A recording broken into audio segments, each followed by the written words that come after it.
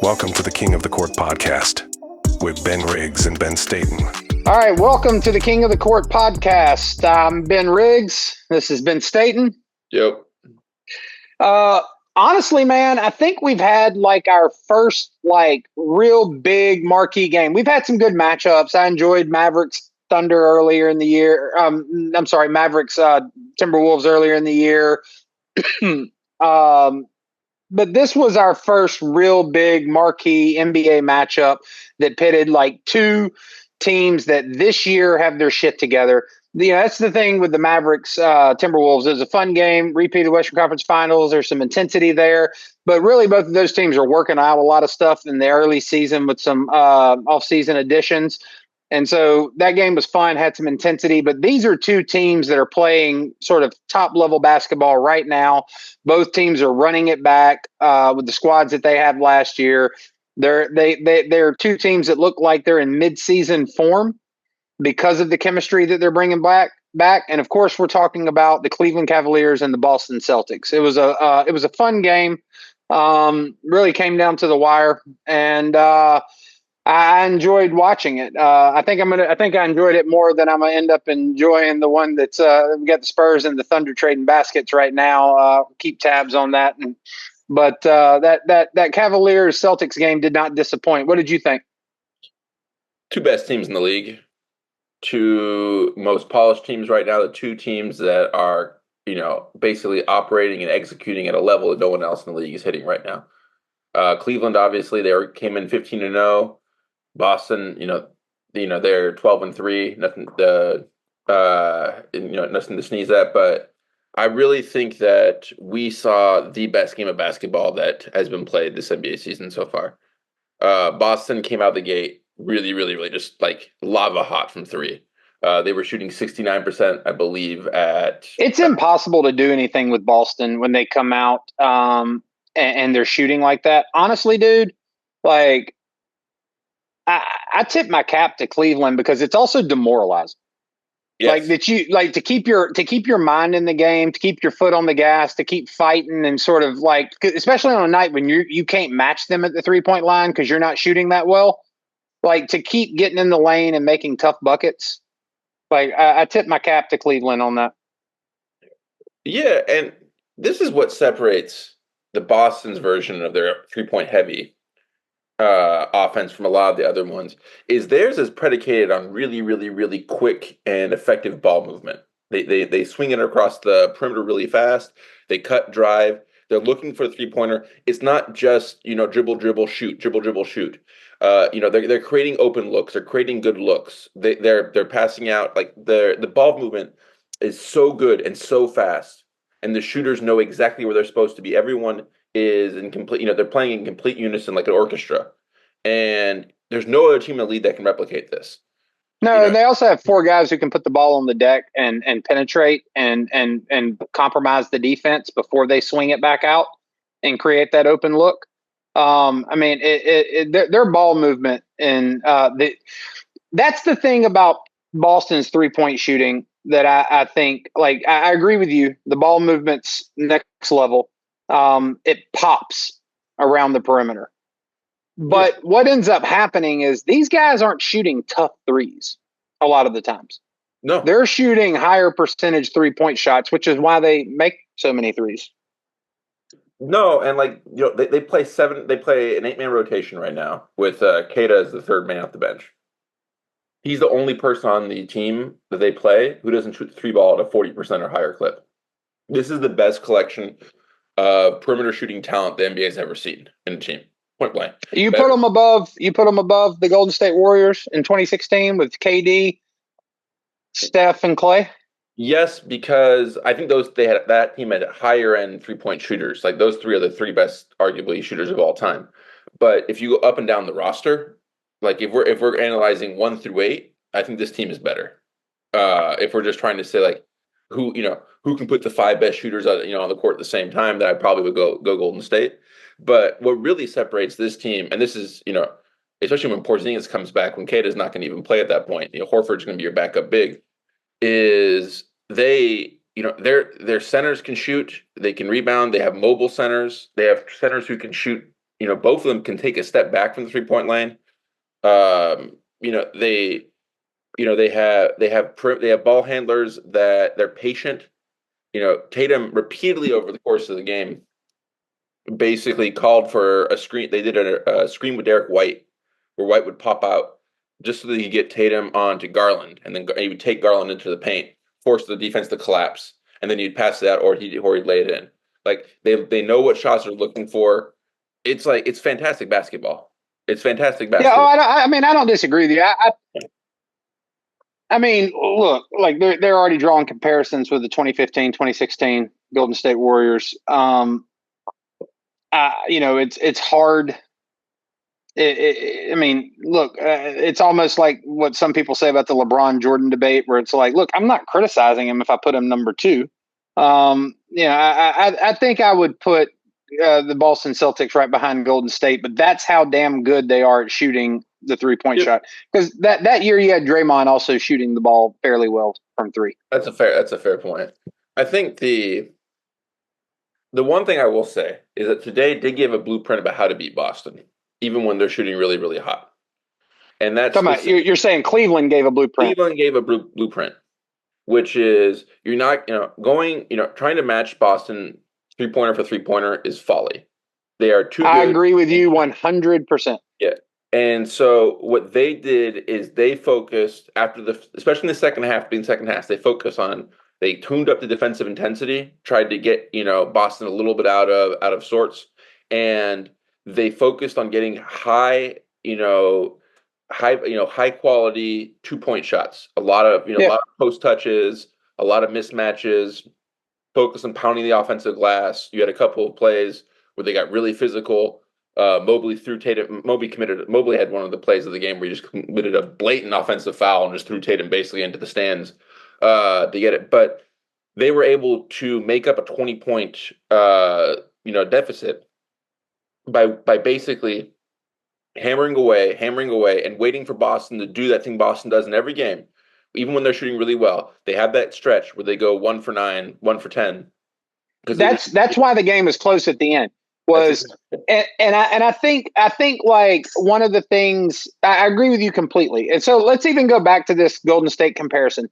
Like, even if Golden State, like I said a minute ago, even if Golden State's the best 3-point shooting team, the 2015 team's the best 3-point shooting team of all time, we're saying Boston's like right there with them.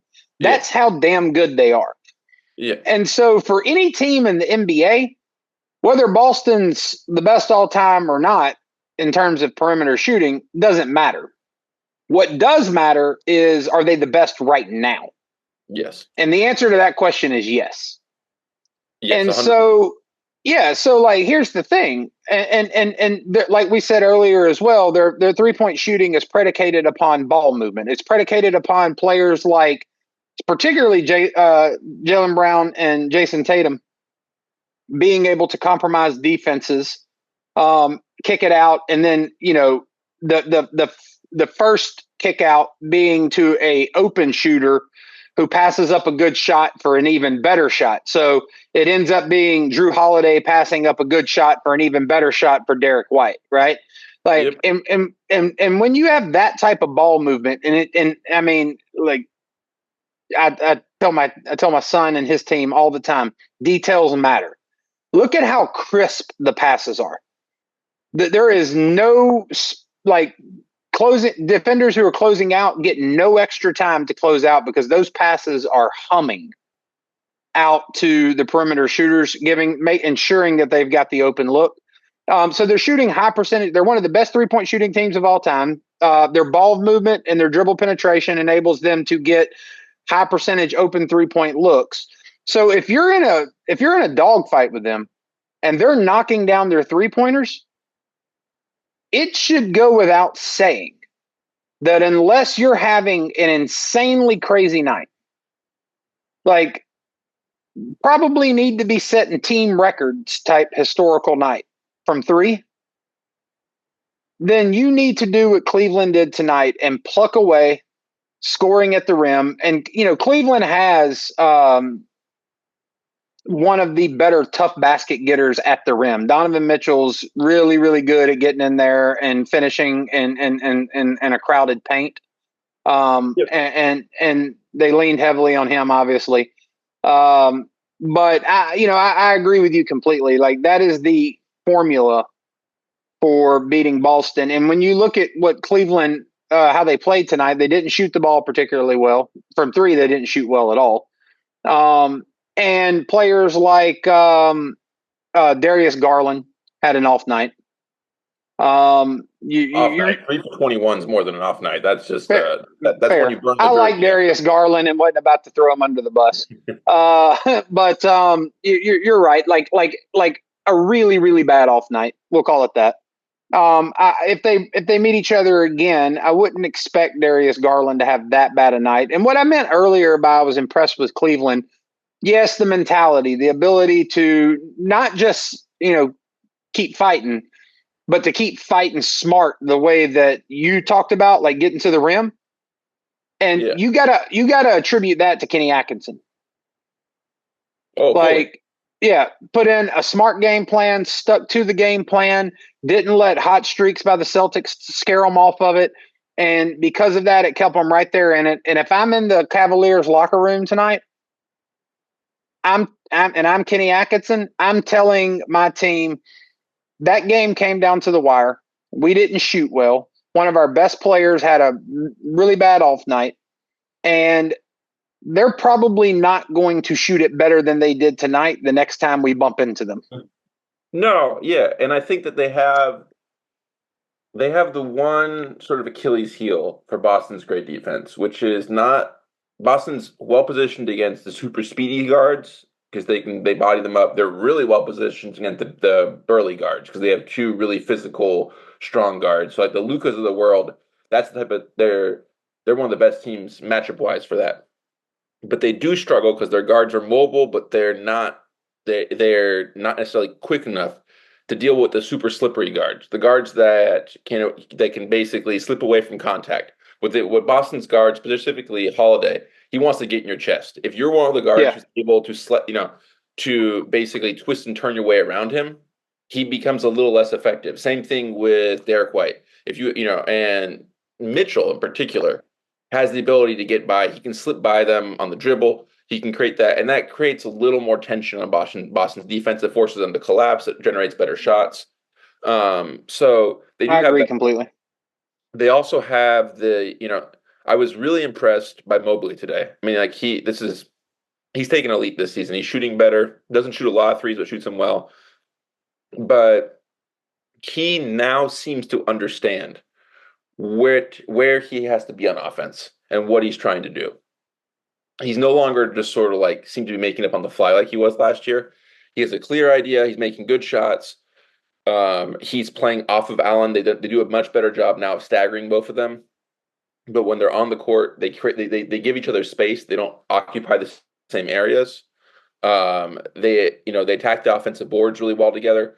Atkinson's gotten this team completely up to speed. He's raised the level. I'll be the first to admit, if you go back to our first pod, I said that I thought Cleveland was one of those teams who was just going to be the same as last year. Like, this was year 3 of the experiment. Why would we expect anything different than we have in year 1 and 2? Well, he has, he's reorganized the offense. He's gotten the team to play together. People put aside their egos. This is a really, really good team. And, I think that no question, they have the potential to easily be a Eastern Conference Finals team this year. I'll go as far as to say, like, if you put a gun to my head and told me I had to bet on an Eastern Conference Finals between them and Boston, I'd take Boston. But like, my take on the matchup between them before the game started was that,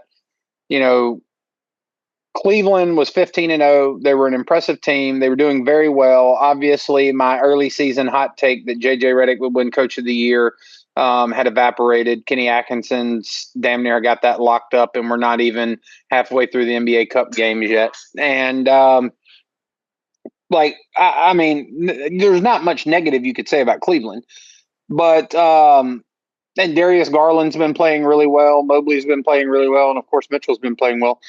But my thoughts were they're in the East. Yeah, Boston had 3 losses, but, like, it's not hard to imagine a Boston team sort of taking their foot off the gas, playing with their food. You're also going to – like, the truth about Boston also is just there are going to be losses as a result of volume 3-point shooting on nights where it just doesn't go in.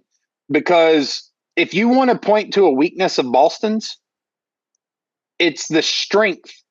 It's the absence of that strength that you mentioned Cleveland had earlier.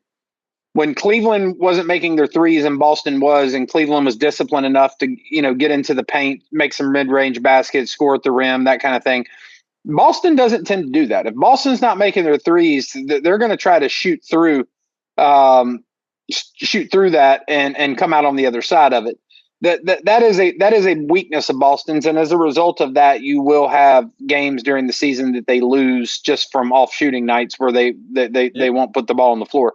But I come out of this game honestly, man, thinking Cleveland's right there with Boston. Yeah. I came out of it thinking Cleveland was right there with Boston. To me, they're the 2 best teams in the league. I don't think I don't think it's even close. Final point. I think it's been pretty well documented. Tatum has had a really good start to the season, really sort of silenced the debate that had been brewing over the offseason. Is he the best player on Boston? Like, he's clearly the best. Well, let's rewind a bit though. That was a stupid ass debate to begin with. It's like the debate that's emerged in Mavs land about whether or not the Mavericks are better without Luka. Which we're going to touch on in just a second. And I know Ben over here has got a lot of takes on it. But the great thing we saw tonight is we saw a mean streak in Tatum that people have been looking for quite a long time. He got, especially at the beginning of the third quarter, when Cleveland dialed up the intensity on defense and was sort of hacking at him, and he wasn't getting the calls, he got really upset, and he went at Cleveland. He channeled it. He attacked them. He was talking trash. Whether he pushed off or he crossed over Niang at the end, hit the 3-pointer in his face, and then talk shit to the fans. Like, this is the Tatum that fans have been clamoring for, sort of the killer instinct Tatum that we haven't seen up until now. And we haven't seen it consistently. Consistently, yeah. I mean, we've seen Jayson Tatum exert himself. That's one of the things about these debates that pisses me off, and I'll reserve a lot of my anger for the later segment. But it's one of these things that pisses me off, right? Like, we're talking about a dude who is, right there at the top with best players in the league. I think that. In recent first team All NBA this year, no debate.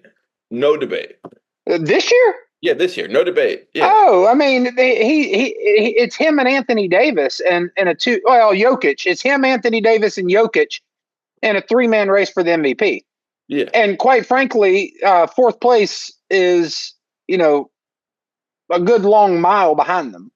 Those 3 guys are playing at a level and doing stuff for their teams that no one else in the league can claim. Now, I'll say this.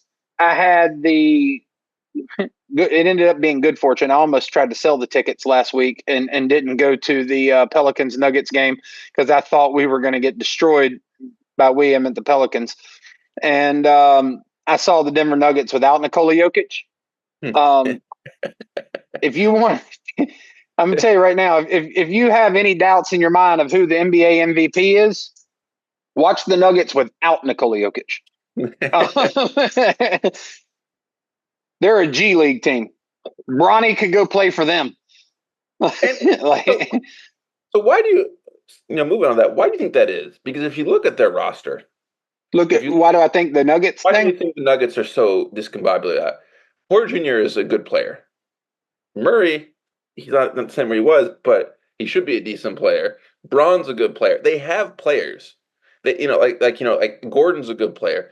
They have the players. Why are they so bad without Jokic right now? Yeah, man, I don't think like, so my assessment in person watching them is that they've got good players. Like Peyton Watson is an impressive player. He has impressive athleticism. Like you get mesmerized by his athleticism, but the truth is, like, he couldn't really do anything with Brandon Ingram. Like he's still young and raw, and he's not disciplined enough. A player like Brandon Ingram, who's got a counter for his counter, like he gets Peyton Watson out of position and gets the shot he wants or gets to the basket. Peyton Watson isn't consistent enough on offense to negate that if you're asking him to be a primary defender on a player like Brandon Ingram. Christian Braun's too small to guard Brandon Ingram. Um, and quite frankly, I think like it shows certain weaknesses that you have as a team if you're having to ask Christian Braun to move over and start guarding a player like Brandon Ingram. He's just, he's not big enough. Go guard power forward, small dude. Okay. Yeah. I mean, it's a bad ask, but like they nonetheless were asking it of him at a certain point. They were just trying to find something to sort of bottle him up. The thing I noticed most is honestly, Michael Porter Jr. had a good game, but he played Michael Porter Jr.'s game. Like it's like he kind of ends up doing what Michael Porter Jr. does if Jokic is on the floor, because what he's really doing is he's not creating his own shot. He's coming off a ball screen. Somebody else is compromising the defense, creating an opportunity for him that he capitalizes on. And so long as he's making his shots, he's going to get 18 to 25 points. And I think that, any conversations about Michael Porter Jr. really just boils down to whether he's making his shots, because he's going to get those looks. And he's also to say he can't create his own shots a little unfair, like in certain situations, particularly like attacking closeouts and stuff like that. He can get to the free throw line or something and hit a pull up jumper. Like he's obviously good at that kind of stuff. The reason to me, the answer to your question is Jamal Murray. Jamal Murray, dude, can't create a lick of separation anymore. I mean, like when you watch him, first New Orleans, I think there is a book on Jamal Murray. In the past, New Orleans would have matched Jamal Murray up the way every team wants to match Jamal Murray up, which is, with a, position peer type guard. They're going to have another small, like a shooting guard or a point guard guarding Jamal Murray. And New Orleans didn't do that. They put a bigger defender on. They had Brandon Ingram on him some. They had Trey Murphy on him some. But like the length, I think, kind of bottles him up a little bit. And second, like honestly, dude, it's the Jokic screen that creates the opportunity for Jamal Murray. Without Jokic out there, nobody gives a damn about who's setting the screen, because we don't like the opponent just doesn't care about the screener, right? Like they're just going to sell out. Still fear in the hearts of like Dario Saric setting a screen. First of all, he's just not as good a screener. Second of all, he's nowhere near the offensive threat that Nikola Jokic is. I mean, we don't even have to go into that. That's self-explanatory. But like, it's not just Nikola Jokic. Like if you don't care about Nikola Jokic, he can score on you, but Nikola Jokic can make any pass on the court too from that position. And so like if you're coming over to help a defender who's been beat by the screen to close in on Jamal Murray running free, if you leave your man, Nikola Jokic isn't going to pass to Jamal Murray. He's going to pass to whoever you left from. And so I think that's the big thing is Jamal Murray's incapable of being – he's incapable of meeting the expectations that we've developed for Jamal Murray over the years. Now that teams guard him with bigger perimeter defenders, and especially if Nikola Jokic isn't there. Yeah. That to me is the answer to your question. I mean, Christian Braun is capable of putting the ball on the floor and getting downhill. The problem that he bumps into when Nikola Jokic isn't on the floor is whoever's replacing Nikola Jokic doesn't stretch the floor. And so whoever the big is on the opposing team's just hanging out by the rim. And now the shot Christian Braun has got to make at the rim is completely different than it would be if Nikola Jokic is on the floor. So I know that we didn't have a segment on the Nuggets planned. It was a nice little, side little back alley we went down. But after leaving that game the other night, I thought to myself, like, Jokic is having an all-time great year. Like, you just can't question that dude's abilities on the court. But it's hard to see them winning a championship as much as they're going to have to ride him. This is a flawed roster this year. And it is. It's just they still have a chance, to be very clear. Like, he is that good that he could will him to a title. And he is. I think that it's probably not likely, but it's possible. But ever since, I mean, my thing with that though is like,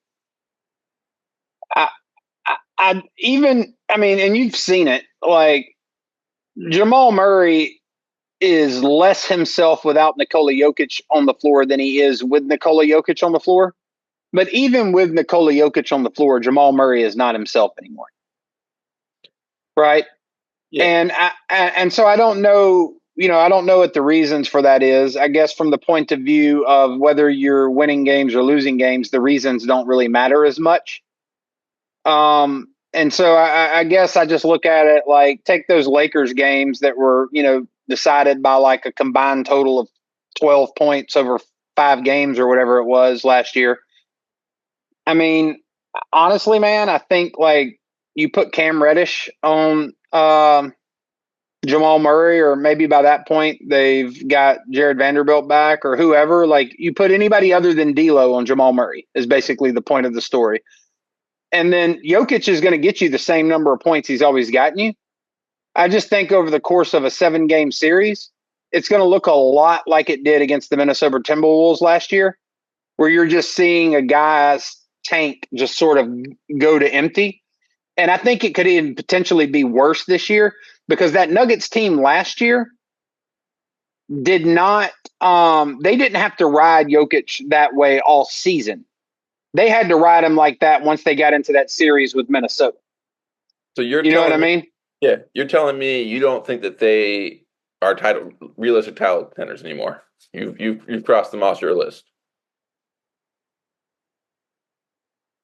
How much work is the word realistic doing in that sentence? I mean, it's kind of like the thing where people say, I'm not going to bet against LeBron or whatever. Like, like a great player, they're just not going to bet against them or whatever.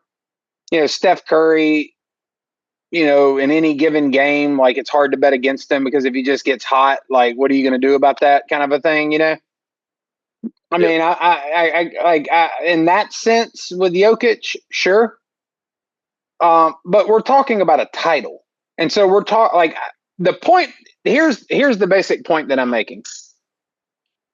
He does not have to do let's go back to the Minnesota series last year. Let's say he pulls that out. He does not have to do that once.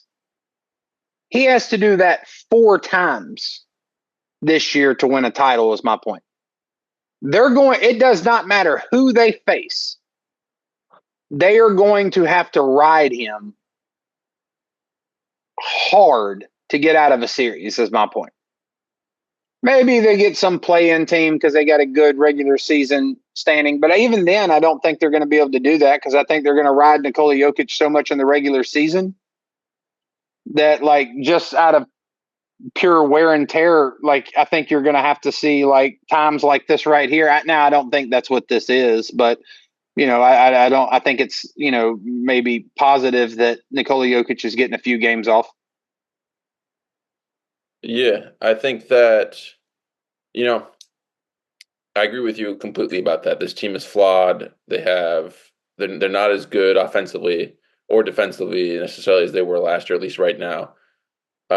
With all that said, I think with Jokic, there's still a chance. He can win them a game on any given night, single-handedly. I don't disagree with you about that. Like, yeah. I completely agree. And so, against anybody. I'll say that. Anybody. Anybody.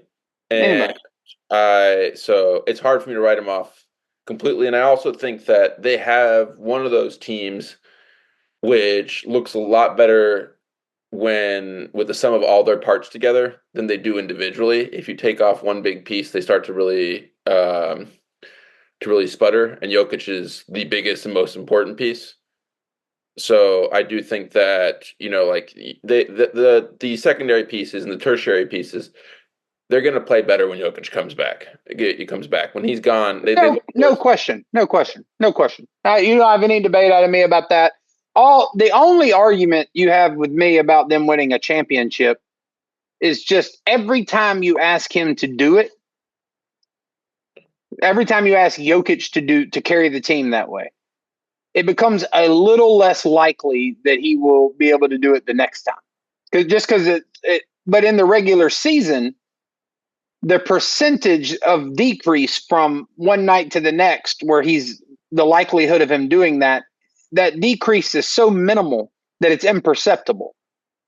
But over the course of the entire season, the accumulation of that, and then into the playoffs with a playoff series where you're having to do it every other night.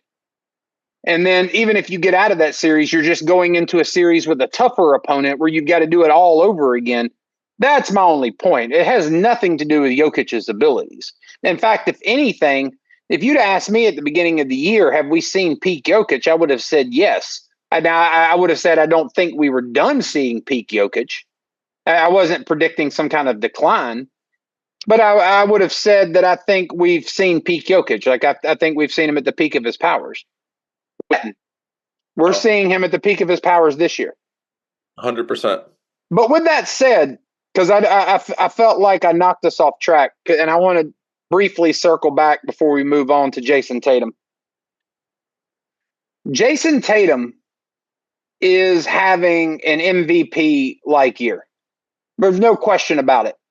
I think that him and Anthony Davis are sort of playing at about the same level, in my opinion. Like they're both doing an awful lot for their team. I think Jayson Tatum's obviously doing more in the way of playmaking for his team than Anthony Davis is for his. But I also think Anthony Davis is doing more in the way of reboundings and blocks than defensively and on the glass than Jayson Tatum is for his. But like those two guys to me would be neck and neck in a really exciting MVP race. If there wasn't this freak Serbian out in Denver just tearing into the NBA. That's sort of my take on Tatum. I think the argument about Tatum is the second stupidest goddamn NBA argument I've heard in the last 6 months about whether or not he's the best player on Boston. I don't even think it's barely worth giving time to. There's a segment of fans online in particular that want him to fail. They decide, like NBA Twitter in particular really likes to find players they just want to rag on, and he's one of them for some reason. It's a little perplexing. I mean, he's a little corny, but he's not. I don't even think he's corny. Dude. He's just a normal. Yeah, he's a good dude. He's a good dude. Dude. You watch that Netflix starting five. Jayson Tatum is a great fucking father. He is a great teammate. He is focused on basketball, doing his job, living out his dream. The guy loves his mom. I don't know what we're hating. If you ask, he's right up there at the top of the list of kids, of guys I would love my kid to emulate. Is he successful? I mean, that's basically, he's been successful since day one. He's the Duke player. He's the, he's the blue chip. He's a blue chip. He has a different personality. He's a little more understated than than what we want our superstars to be. We want our superstars. I think that's it. I think that's it. I really do. I think it's we want you to be like Anthony Edwards. Yeah.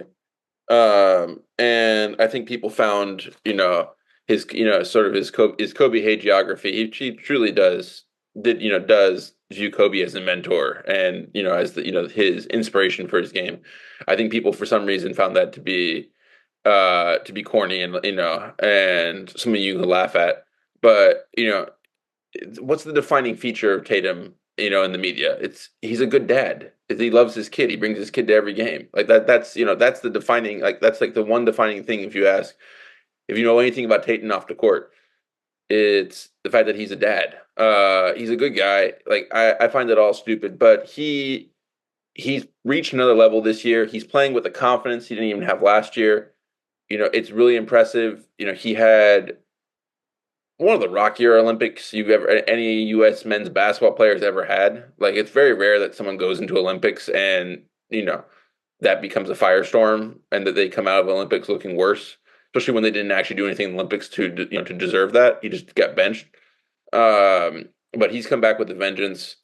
I think the Celtics right now, if you ask me to take Celtics or the field for the title, I take the Celtics right now. In terms of odds, they look really good. And it'll be interesting to see how the rest of the season, shapes up with regards, especially when Porzingis comes back, because we're analyzing this team like this is the finished product we're watching, and arguably their second talented player hasn't played a single minute of basketball this year. I agree completely with that. I'm still not too taking them over the field, but I agree with the point you're making about Porzingis. I just, to me, over the field, like you still have injuries, you still have those off shooting nights that Boston can have. There's just a lot of things that can happen. Now, one of the things I said at the beginning of the season was like they will never again have the type of run through the playoffs that they had last year. I might be right, but in a different way. I thought it may be easier. Yeah, I never would have imagined it could have been easier, but it's starting to look like it might be. It's starting to look like maybe what we ought to do is just cancel the Eastern Conference playoffs and let the Celtics and the Cavs play each other, and just go ahead and move on from it. But I think the Knicks will be there. Philadelphia is imploding. Orlando looks interesting. I don't think they're anywhere near the level. Franz Wagner's kind of turned it up in the absence of Paolo Banchero. Scoring less than 70 points, Orlando can beat you. If you can score more than 85, you have a very good shot at beating Orlando right now. The thing is, they're able to hold everyone under 75 points, so they're able to scoop out some victories. But man, they're hilarious to watch right now. Yeah, Franz Wagner is kind of carrying the team right now, which is impressive, but it's also It's not a good sign. He's not, he does it, but he's not able to do it at an efficient level. He's a clear number two. 100%. And 100%. He's being asked to play, one AA, and that's, he's putting up numbers, but his efficiency isn't there right now. No, I agree. I agree with you about that. Well, but I mean, he's also doing it without, the main star on that team. And I think when Paolo Banchero comes back, that team will be more interesting. But I think we've kind of exhausted all the teams in the East that are even interesting. And Orlando's clearly several notches below Cleveland and Boston. So those two teams, I'm comfortable with saying those two teams are clearly the best two teams in the East, and like the mileage between second and third place is substantial. I think that there are enough teams in the West that have added major pieces that are still sort of working to integrate that to where I'll hold off a little longer in the season before I start comparing the West and the East. Although I have no real hesitation with saying Boston's the best team in the league right now. But that's a good segue into something that's really got some sand in my craw. Grinding your gears? Is that what's happening? Yeah. Man, it has. It's pissed me off. So. Well, and what we're talking about, for all those who don't know, is the commentary on the Dallas Mavericks and Luka Doncic. Look, here are the facts about where Dallas is right now. Dallas has lost to the 4 of the top 7 or 8 teams in the league by a combined total of 12 points. They're still top 10 in offense, top 10 in defense. And their best player has not had a good shooting night until tonight. And so I don't have, I'm not fretting about where Dallas is going to be, come the All-Star break. I think come the All-Star break, Dallas is going to be right there in the thick of it at the top of the Western Conference. I think they're going to work out the issues with integrating Klay Thompson, Najee Marshall, Quentin Grimes, figure out how they're going to use Luka, which is a bizarre thing to even say to me. Like, I think he's clearly established himself as the best point guard in the world, and now we're trying to reinvent how he's used.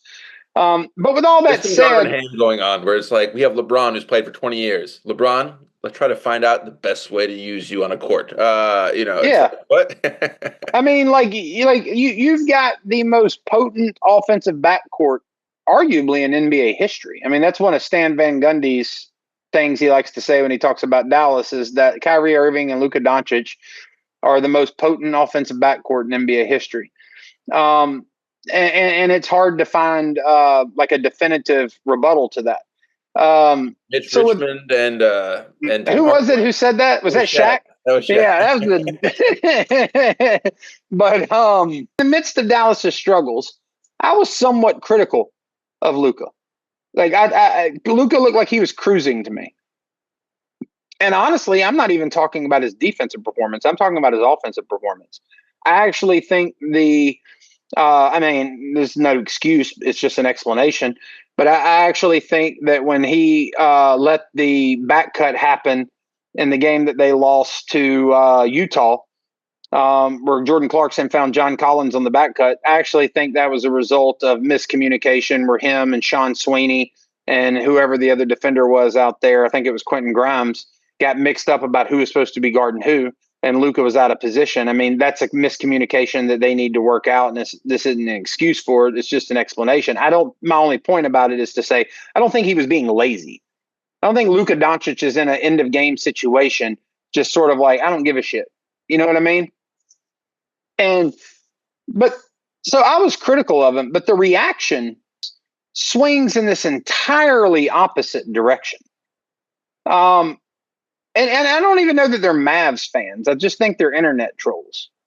And it's very similar to what we were talking about with Tatum earlier, where we're talking about Luka as though the guy who averaged 34, 10, and 9 last year, finished third in the MVP, carried his team to the NBA Finals, has been first team All-NBA 5 straight years, and the only year he wasn't first team All-NBA, he won Rookie of the Year.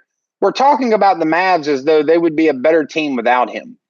And I'll focus specifically on one person that really pissed me off, and it was Kevin O'Connor. We're on our way down to the New Orleans Pelicans Denver Nuggets game, and we're listening to his podcast. My son saw it in my Apple podcast feed, never heard of it before, asked me to put it on. We were listening to it. And the way Kevin O'Connor and his guests were talking about Luka was they were talking about him as though he was some fat, lazy slob who didn't even give a damn about basketball. And, my son's in the back seat, his favorite player is Luka. And he's sitting there, and he asked me to pause it, and he asked me, like, do you agree with them? I was like, hell no. These are two guys who've probably never played a minute of competitive basketball in their entire life, judging one of the best basketball players in the world in the harshest sense imaginable. It's way over the top. It's clickbait. It's designed to get them views. It's designed to get people talking about them, which we're doing right now. So it's worked to great effect. But the point is that, like, there's a difference between someone not trying hard, not caring, and someone working to find their place in a new offensive system, especially when that person has never played the style of basketball a minute in their life. And, you look at Luka's performance tonight, and I mean, it's against a hobbled New Orleans Pelicans team, but they won by 41. That's how you would expect a top-tier team to beat a hobbled team. They won by 41, shot 52% from the floor, 45% from three. But Luka himself had 26, 5, and 5 with 3 steals, a block, was a plus 28, shot 62% from the floor, and was 3 of 8 from three. this is clearly one of those games where Luka's sick and tired of listening to everybody's shit, and he's sort of bucking up and he's asserting himself more, and that's great. Unfortunately, I didn't get to watch the game because it was blacked out because they were playing the Pelicans, and that's in my area. But yeah, it really annoys the hell out of me when people who've never accomplished a tenth of what some of these athletes have accomplished, like Jayson Tatum and Luka Doncic. It annoys the hell out of me. Not when people analyze their game or criticize their game. Suggest they should have a different shot diet like you did with Wemby. That's perfectly reasonable to me. That's making an assessment about their basketball play. It's something else altogether when you start attacking like the character, the will, the drive. Just think about that for a second.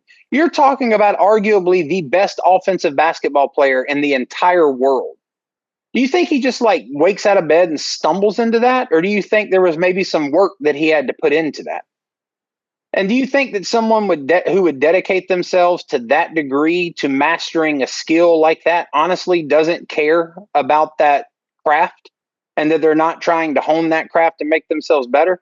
Jayson Tatum wants to be the best basketball player in the world. If he lacks any edge, it's an expectation that you have of him that he's not meeting. It's not a fault of his that he's not meeting your expectation.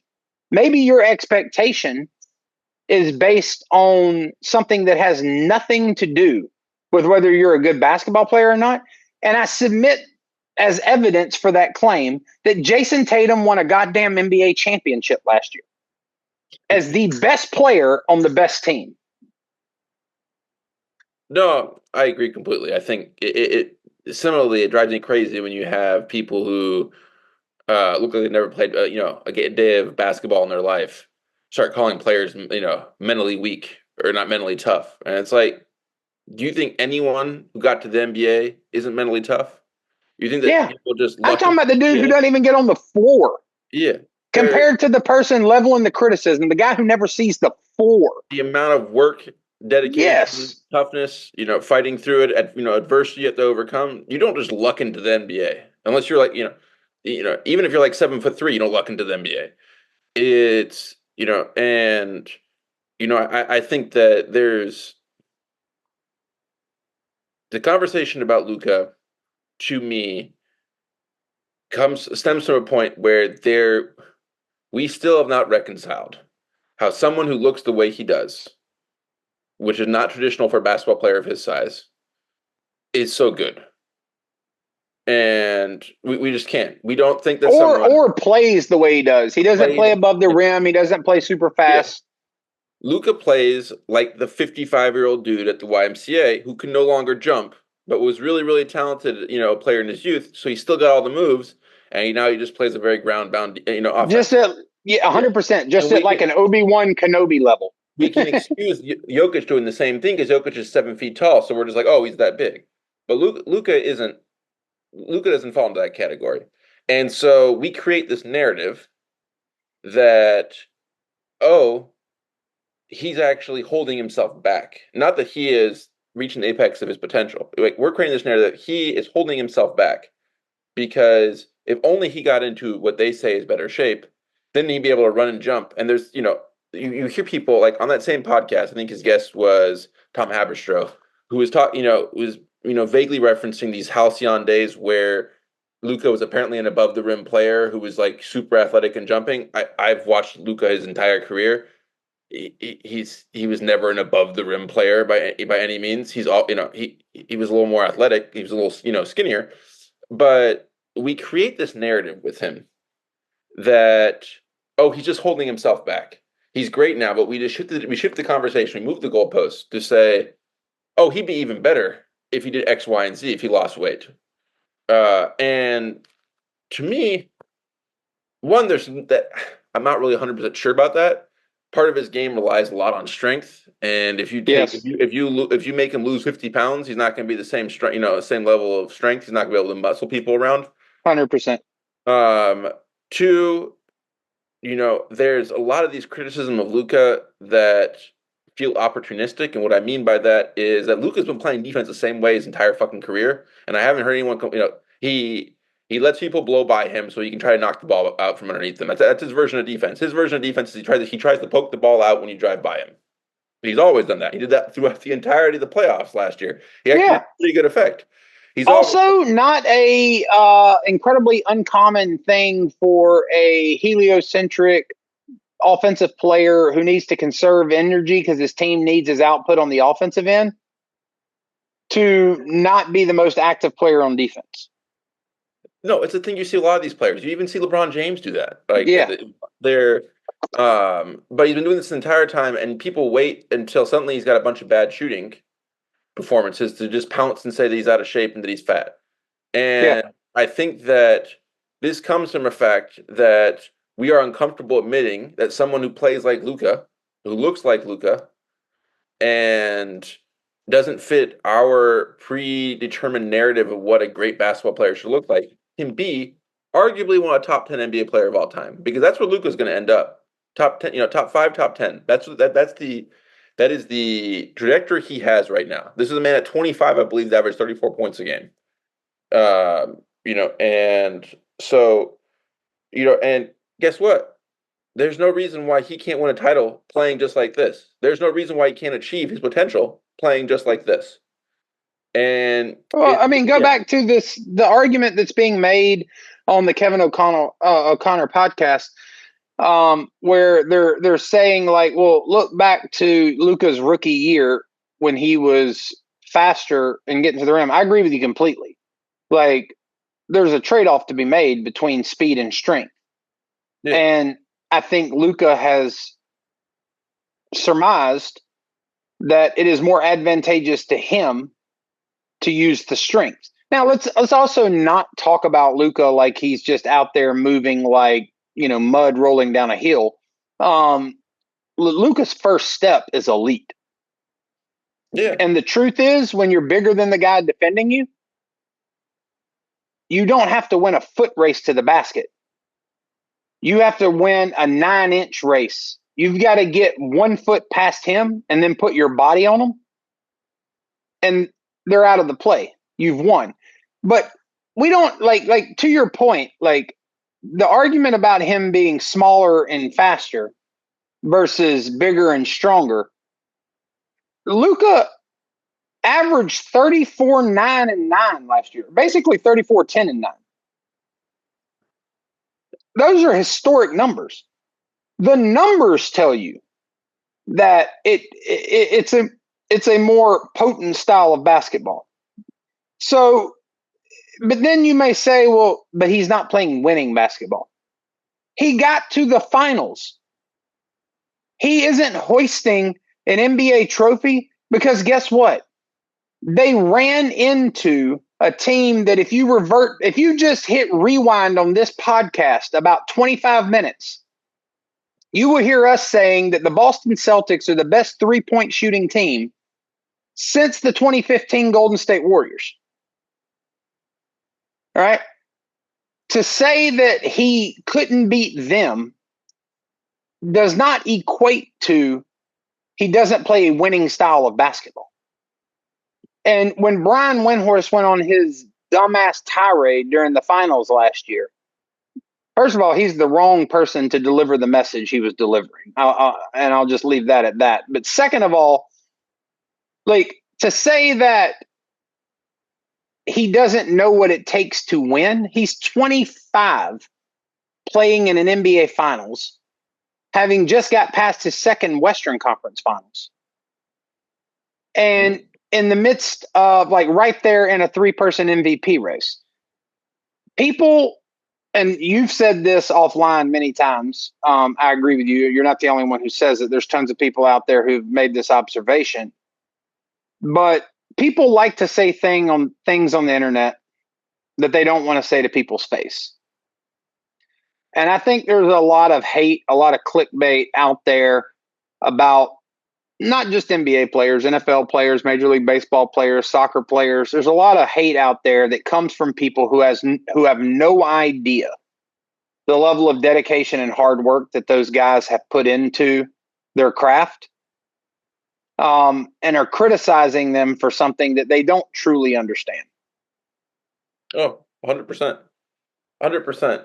And the other thing about these narratives is that they, specifically Haberstroh's narrative and Kevin O'Connor's narrative, that Luka somehow had one of the worst. I believe this is word for word what KOC or Kevin O'Connor said, was one of the worst defensive finals in recent memory. Luka's defensive rating in the finals was 105.7. That is a good defensive rating. The Celtics did not score that many points. The Mavs defense was not the problem, not the reason why they lost the finals. It was the Mavs offense which collapsed on them. And I think if you're going around pointing fingers on the Mavs offense, you're not pointing them at Luka.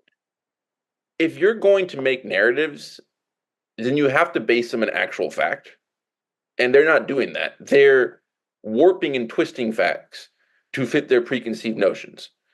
And look, no one is saying that Luka does not at times put in the effort he should on defense. He does.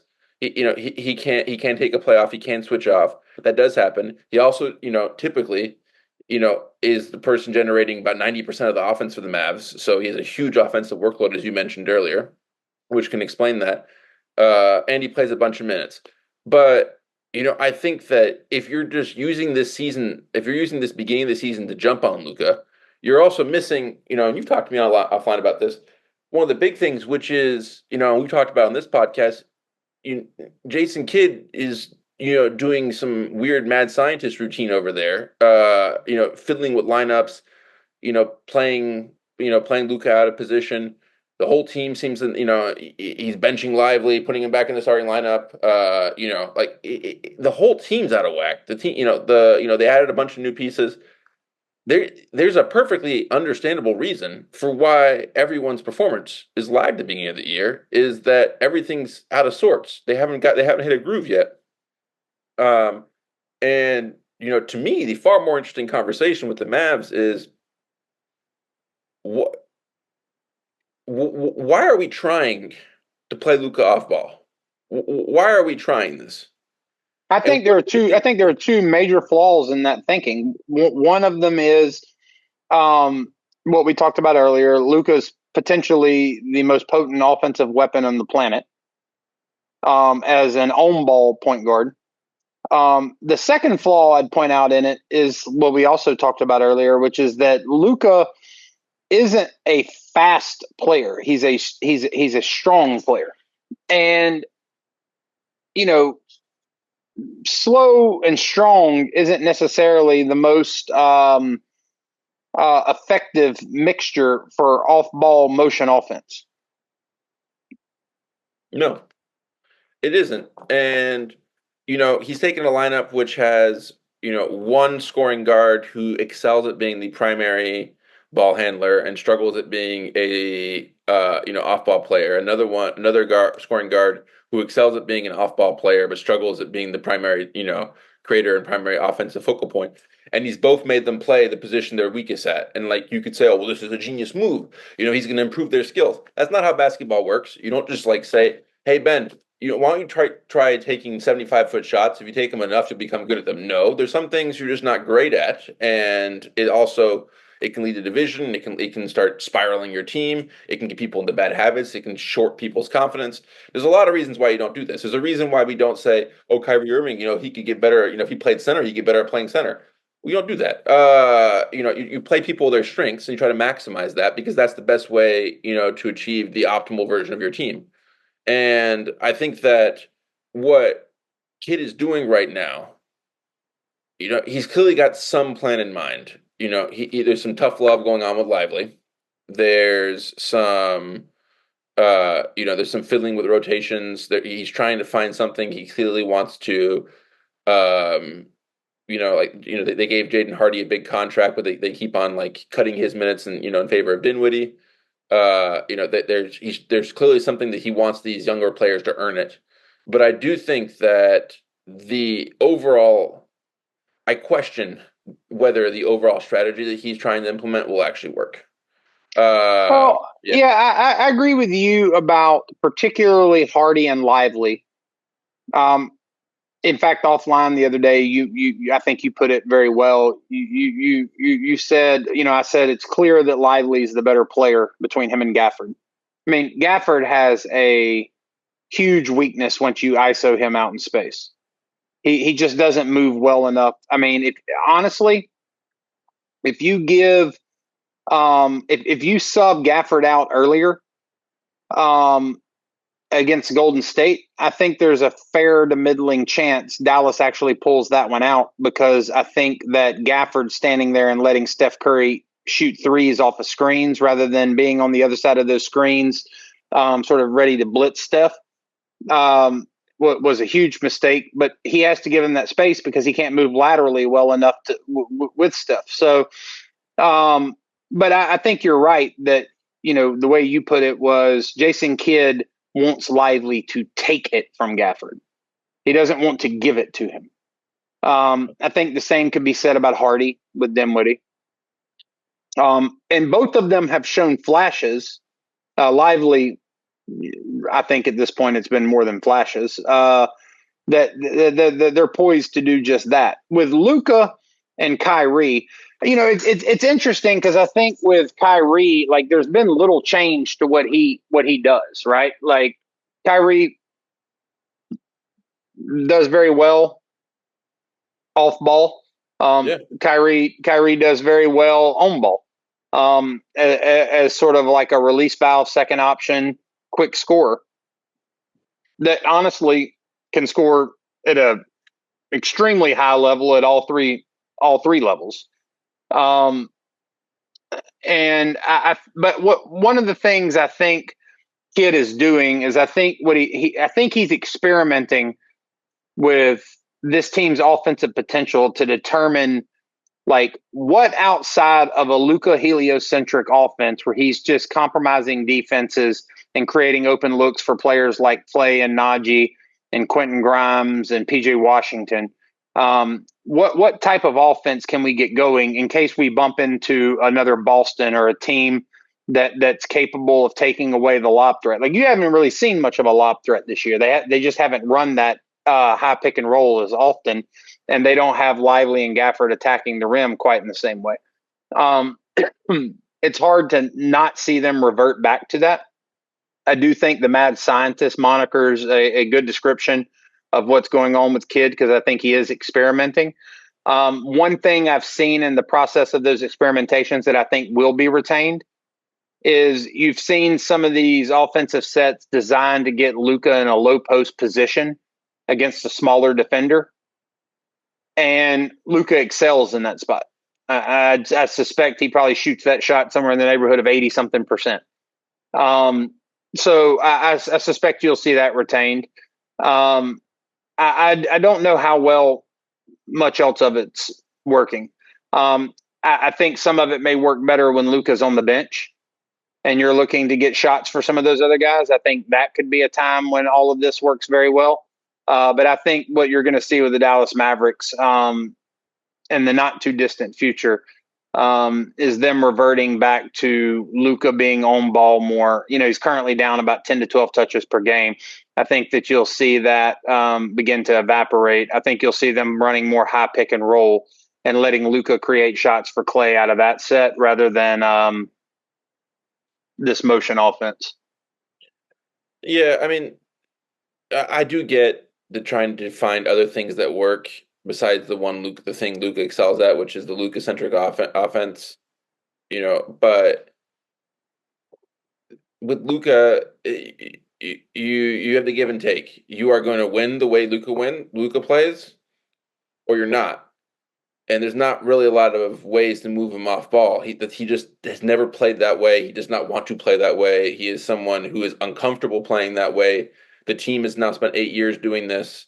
The team is also like, you're not really maximizing Luka's skill set by just turning him into a kick out 3-point shooter. And if you don't think that you can win playing Luka's style where he's ball dominant, then you need to have more fundamental conversations about whether Luka is a player you can win a title with, rather than trying to do this sort of weird hodgepodge routine that they're doing. I do get I that. agree with you 100% about that. And what you find is particularly in conversations, because I don't think Jason Kidd believes any of that shit. Like, I don't like Jason Kidd. I mean, he said tonight before the game, he was asked about Luka, and he was like, Luka's human. He's having some off shooting nights, but like, let's not blow this out of proportion. The guy's averaging 28, 8, and 8. Like, for any other NBA player, with the exception of maybe 4 or 5, those are career numbers. You know what I mean? Like, there's like 5. There's no one else in the league who's that's not career numbers for. That's like, I mean, maybe Russell Westbrook, but 28, 8, and 8. Like, Yeah. How many people in NBA history have had that stat line?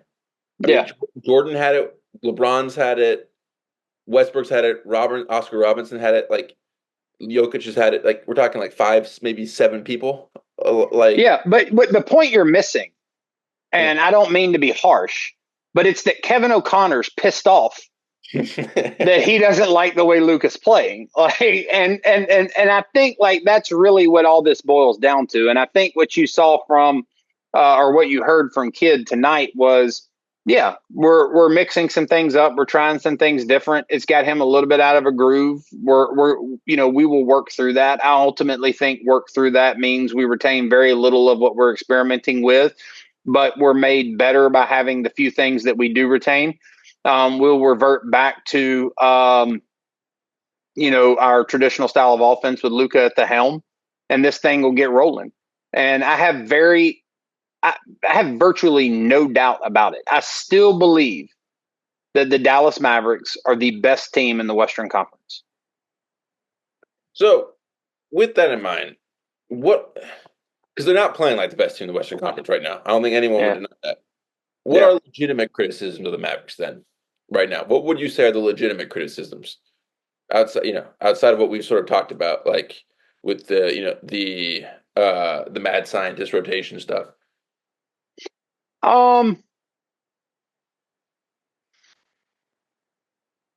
Yeah, I mean that's a great question. I think one criticism or one weakness of them is that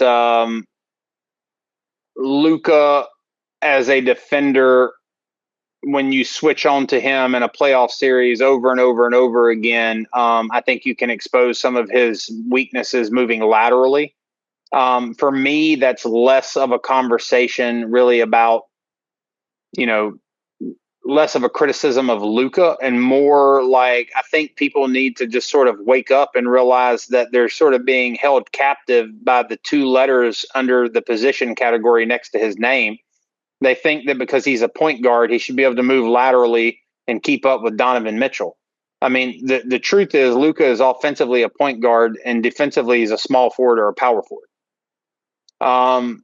And it's not very powerful. It's like 260 pounds at 6'9". Yeah. Yeah, it's not very different than the conversation we had earlier where we were talking about Christian Braun being switched on to or being asked to guard Brandon Ingram and saying he's just too small. Like this is a bad matchup. It didn't appear to me that, at least I don't remember it this way, that New Orleans was switching on, like hunting that matchup. It seemed like seemed more like Denver was looking for an answer to Brandon Ingram and put Christian Braun on him. But like my point is, and I hate to admit this, I don't know if that kid's name is Christian Braun or Christian Brown. I think he pronounces it Brown, but it's definitely spelled Braun. Yeah, it's very confusing.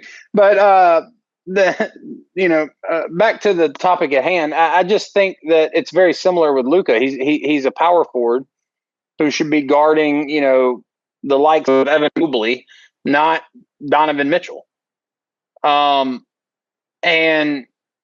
think when people hone in on the fact that he has a hard time staying in front of De'Aaron Fox, it's like color me shocked. The guy who runs a 4.3 40 and weighs 120 pounds less or whatever it is faster than Luka. But nevertheless, it is a weakness that Dallas's team defense has to compensate for. But I'll say that, you look at them post trade deadline last year, number 1 defense in the NBA, And then to start this season, even though they've been rocky, they're still a top 10 defense.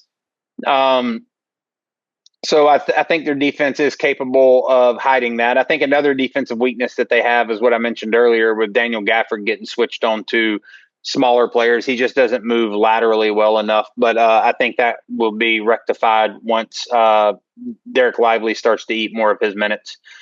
I think another weakness of Dallas offensively is they can be a streaky shooting 3-point team.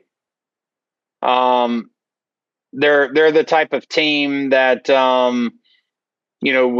with the exception of Kyrie, who is a consistent 3-point shooter, and generally speaking, I think Klay still is a very consistent 3-point shooter, though he had a pretty rocky night the other night. But I think Luka, in terms of just consistent 3-point shooting, is streaky. PJ Washington is streaky. We'll see how Quentin Grimes pans out. But Najee Marshall is having a rough start to, shooting from the perimeter, although he's been very good at attacking closeouts and getting downhill, which is another thing I'll say about PJ Washington. I love that part of his game. And I think in today's game, it's forgotten how important that is. If the guy's knocking down shots, great. He lets them fly. If he's not, he puts that ball on the ground, attacks the closeout, gets to the rim, gets the easy bucket. Outside of that, man, I don't see a lot of weaknesses on this team. That's the thing. I think when you put them in their natural positions and ask them to sort of play Maverick-style basketball, I think they're a very strong team without a lot of obvious weaknesses. No, I agree with you.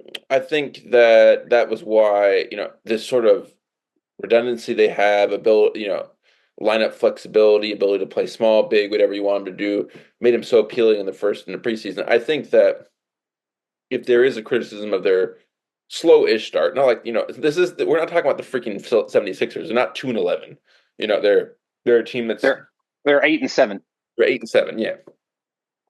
If there is a criticism, and it's that they have done so far a poor job of integrating a lot of their new pieces. They have a lot of new pieces from last year, and none of them look like they're fully in rhythm yet. And a lot of that, to me, goes to the fact that the new pieces don't really understand, because no one does, what the Dallas system currently is and how to play with the Dallas system, because Kid is, I think the better strategy would have been for Kid to assimilate these guys, play the system that got him to the NBA Finals last year, get these players acclimated to that system, playing with Luka as the heliocentric force that he is. And then once you had that, then you can dink around and fuck around with everything, and try these new lineups. But by starting the season off by playing Luka off ball and doing all these things, these players have been thrown into a lot of chaos from the get-go. And I think you're kind of seeing it with the results in that, they tend to be really erratic. Grimes will have games where he has 0 points and then he'll have 13 points. Najee Marshall hasn't made a 3-pointer all season, seemingly. Klay Thompson, he's a great shooter, but he has games where he's really impactful, and he has games where you just don't even realize on the court at all. And a lot of that is because I don't think that they are yet able to identify where they fit into the system, because Luka himself's trying to figure that out. Kyrie himself's trying to figure that out. He's doing a lot. He's doing everything all at once. And the result is that there's no stability anywhere. I have no problem with you specifically. Well, to your point, the one place where there's been stability is the one place where you haven't really made any fundamental change. Like Kyrie Irving's role hasn't really changed, and you see Kyrie Irving kind of playing the way you would expect Kyrie Irving to play. Yeah, 100%. I have no problem with you doing tough love with Lively. I have no problem with you trying to play Luka off ball. I think he stuck with it too long. I have no problem with you trying out all these rotation pieces, trying different people off your deep bench, see if there's a place for Spencer Dinwiddie. But you can't, you got to stagger these changes, man. You got to provide some stability, because by doing them all at once, you end up fielding completely new lineups that are never going to play again this season, and throwing players out there and being like, oh man, Max Prosper, he played with Dwight Powell yesterday, and he sucked, against the starters for the Oklahoma City Thunder, and they sucked. It's like, well, duh, and there's no stability, there's no ability to identify and learn where they fit in, and I think you're seeing the results in that, as I said before, like on the court. And I think what's going to happen is this could really stunt and delay Dallas coming into its own,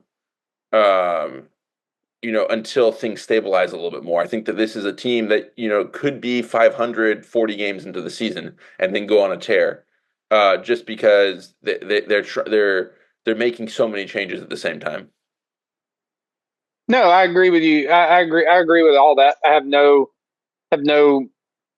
arguments for any of it, honestly. I also think that when you look at what this team could look like at the end of the season, I think there is the possibility that you've got a team that's default mode is the Luka heliocentric style of offense, where you've got really good 3-point shooting out there with Clay and Kyrie.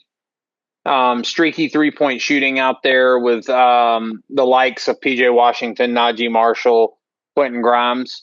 One thing about Luka is he's very, or maybe I should say, Austin Reeves is very Luka-ish, and that like both of them seem to increase the likelihood of making a 3-point shot by increasing the difficulty of the shot. And I think both of them perform very well in the clutch. In terms of like end of game shot making. What you've not seen from Luka this year, and I think this is a product of like the offense not being in a rhythm, not really fully understanding like, what we're doing out there, what is us all working towards, is that you find Luka in very bizarre situations at the end of game shooting very strange shots.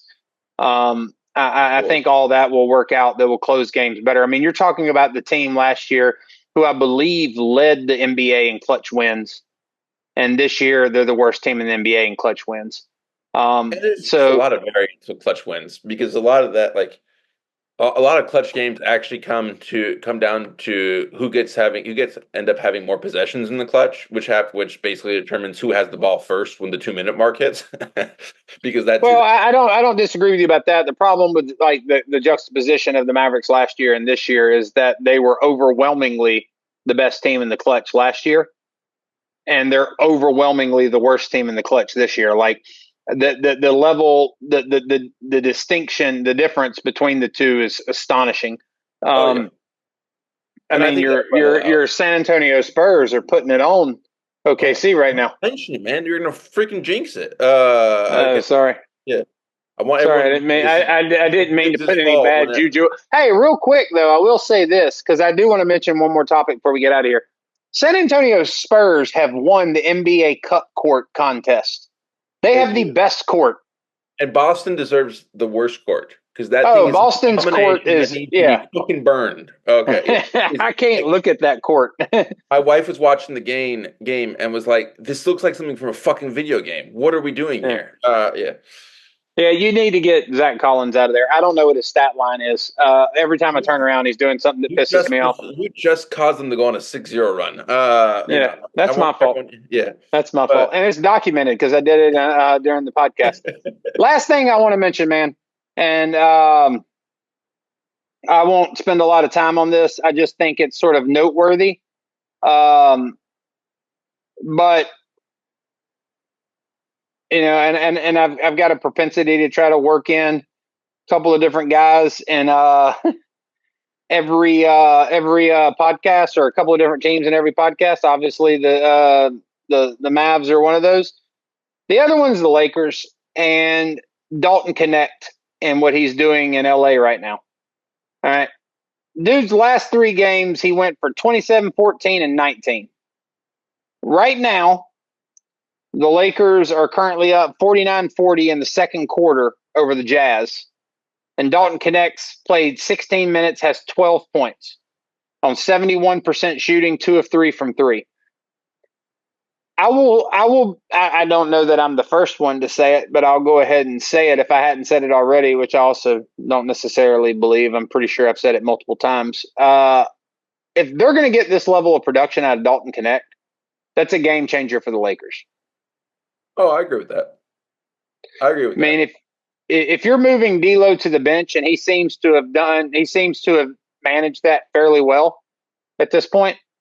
But if you're going to move D'Lo to the bench and you're going to have him and Dalton Knecht come in the game, like that can be a pretty potent scoring duo with the second unit. I agree with that. I think he's played fantastic. Lakers are on, I believe, a 5-game winning streak. Very soon to be 6 games. I will point out that they've beaten Philadelphia, Toronto, Memphis without Ja or Desmond Bain, San Antonio, and New Orleans. I mean, all I heard in that was they beat a recent NBA champion, the reigning MVP, one of the biggest draft prodigies to come out of college in recent years, in Zion and the Pelicans. Who was the other one you mentioned? Toronto, right? Wasn't that it? Yeah. Well, that was the recent NBA champion I was referring to. You're going a little far back to make that recent. That's like 6 years ago now. But they beat if they beat him in my son's lifetime, that's recent. Yeah. but no, I think they need his production. They need him to be a true, to be a dead eye marksman to reach the next level. And if he can produce like this, that raises their ceiling significantly. Oh, I couldn't agree more. I think that if you've got a first unit with LeBron, AD, and Austin Reeves, and you can have Rui Hachimura play off them, and you're able to put D'Lo on the bench and bring someone who gives you more of a defensive presence in the backcourt. With D'Lo and Dalton Knecht coming off the bench, particularly with JJ Redick at the helm, I think that you see more organized basketball that's designed to take some of the pressure off of Dalton Knecht and make it a little easier for him.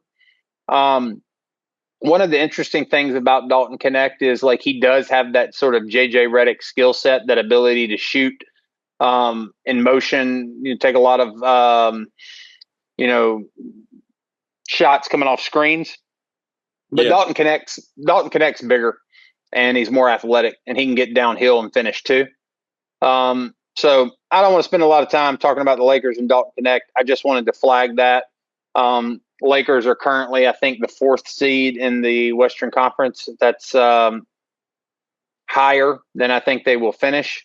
But I think that I do not think they'll be a play-in team this year. And I think one of the reasons we're going to say that they're not a play-in team is because of Dalton Knecht and Olympic LeBron.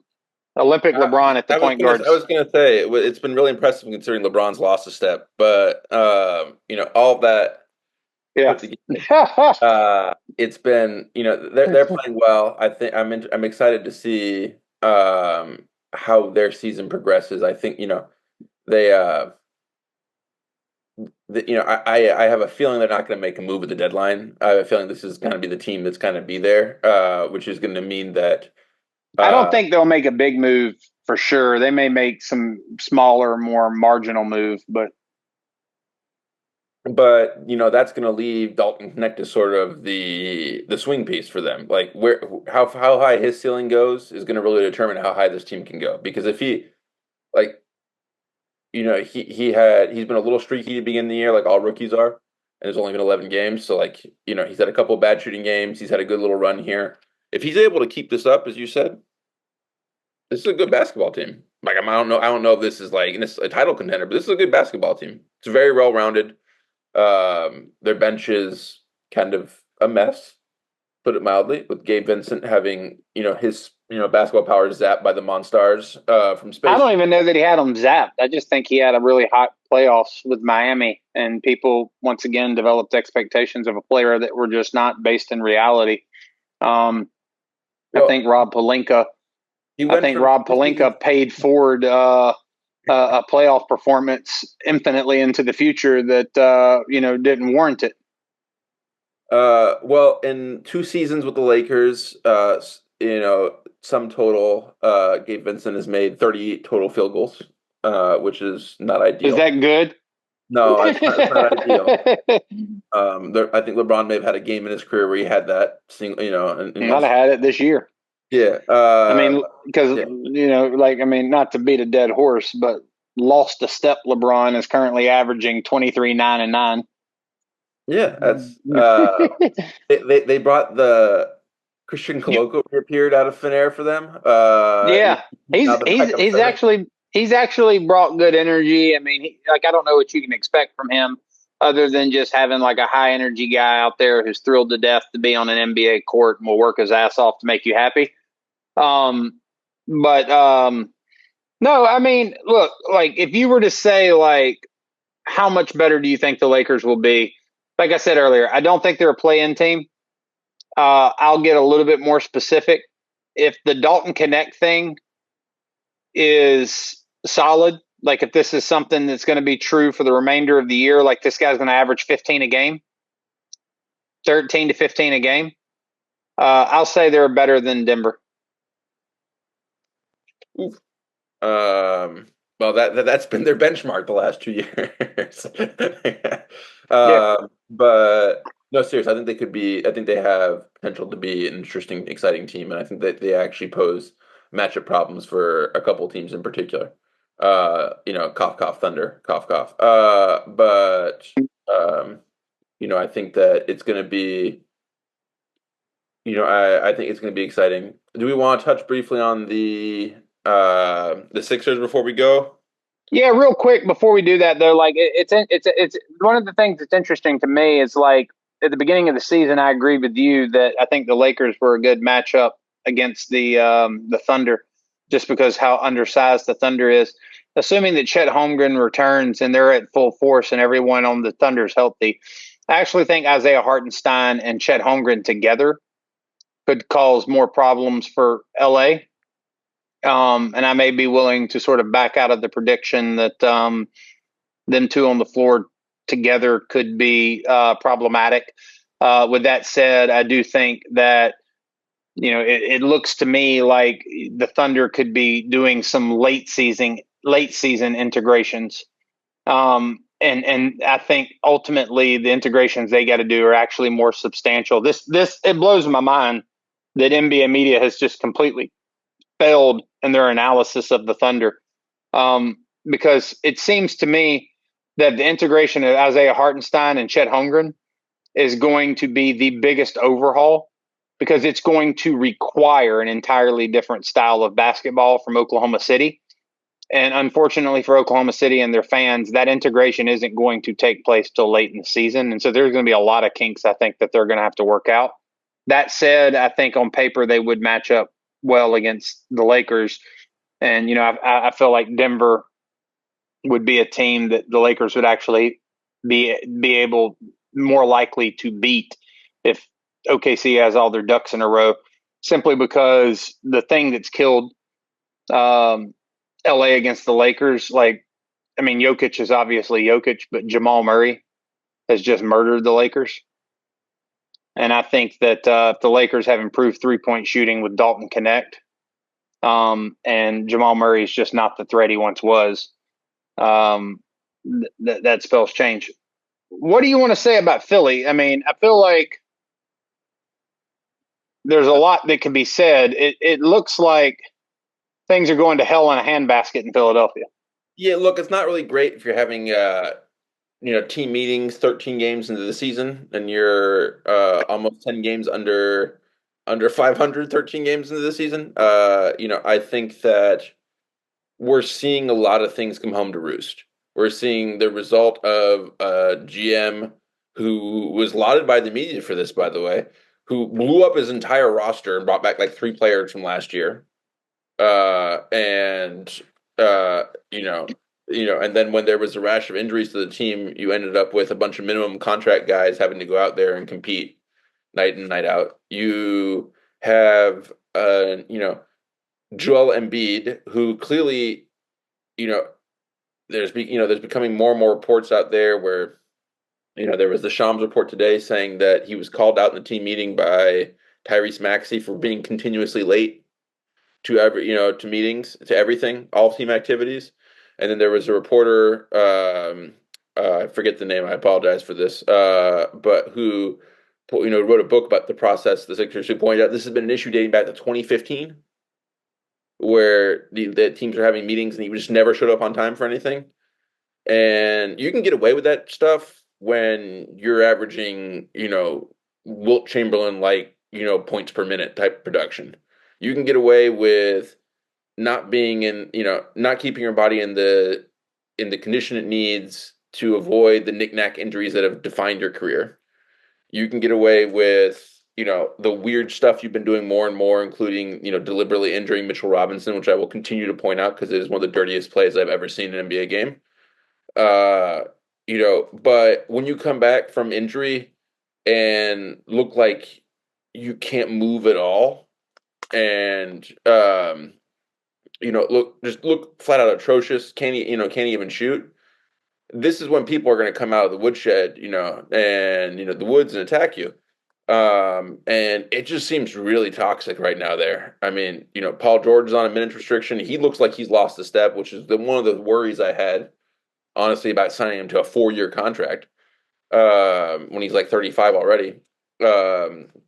He's mostly, at this point, in my view, he can create him space a little bit, but he doesn't get to hoop anymore. He's basically a guy who gets himself a mid-range jump shot or a 3-point jump shot. Maxey's hurt. And Maxey was hurt because everyone else was hurt around him, and he had to put on so much of an offensive load that, he hurt himself. He hurt himself. The lone bright spot, and it's a pretty bright one, is the Jared McCain kid, who looks freaking good. He's sprinting to the front of the Rookie of the Year race. He is the Rookie of the Year at this point. Yeah. He's averaging like 25 a game in the last, 6 or 7. So, but that kid's like 6'1". Are you going to really fill the team with him and Maxey as your backcourt? Like, that's just a tiny, tiny backcourt. Yeah. I'm going to go ahead and answer the question for you. Yeah. Philadelphia is about to fill a backcourt with Jared McCain and Tyrese Maxey because the only prayer they have of being able to put up enough points to win games is with them two on the court as much as possible. I actually think, too, once Tyrese Maxey's back, I think that, not unlike Kawhi Leonard, there are some injury problems with Joel Embiid that will probably plague him the rest of his career. Yeah. I think that the 76ers have accepted that and tried to put together some kind of game management plan for him. I think that the NBA is not really, tolerant of that plan. Joel Embiid. Yeah, I think that Joel Embiid was probably forced back on the court by the NBA sooner than the 76ers would have liked for him to be.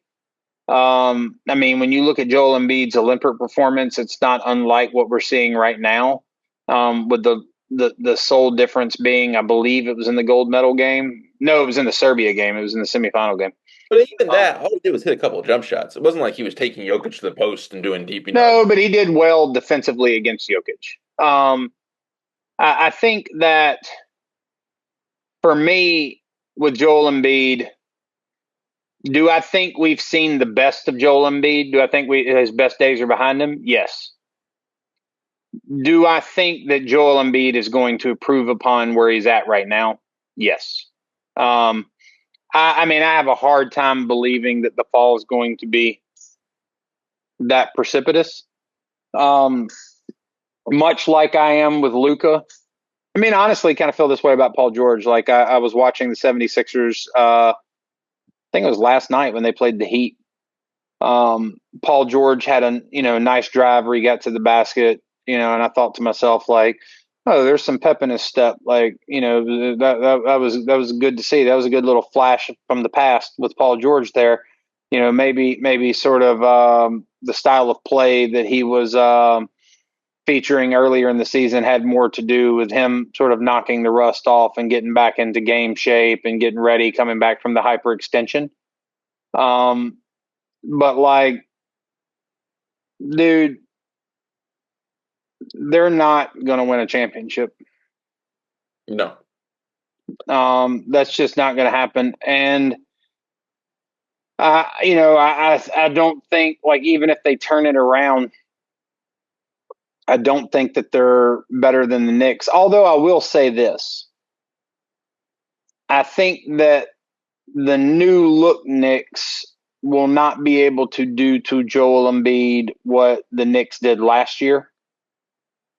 Like, I don't think Cat's going to run Joel Embiid to death. But I still think the Knicks are a better team, even if the 76ers were to somehow magically turn it around.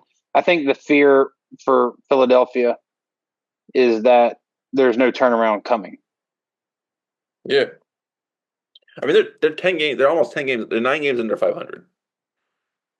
That's a big thing that, is it doable? Yes. All you got to do is have 2 5-game winning streaks and then, go 500 the rest of the way. Depends on how many losses are in between those 2 winning streaks. Yeah. But the problem. Well, it comes down to, if you think Joel Embiid's best days are behind him, do you have enough firepower to climb out of 9 games below 500? They don't. They just don't. And I think that, this has been my problem all along. The process is going to end up going down as one of the biggest and most colossal failures in NBA history. This is the team that spent like 5 years tanking, not like, and like tanking. It's like tanking upon tanking, like, trading away recent draft picks, the Michael Carter Williams stuff, because they were,